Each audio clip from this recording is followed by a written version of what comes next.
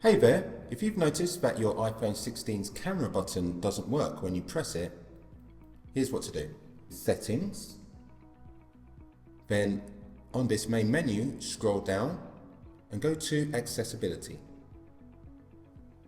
From here, we scroll down again and keep going to Camera Control. Just here at the top, we have Camera Control. Toggle that on. We'll close that window out.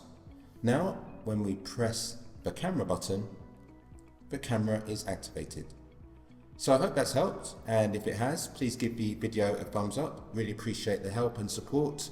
Thanks very much for watching my video, and do check out my channel where I have other interesting videos around the iPhone 16, MacBooks and iPads, and also other technology related videos.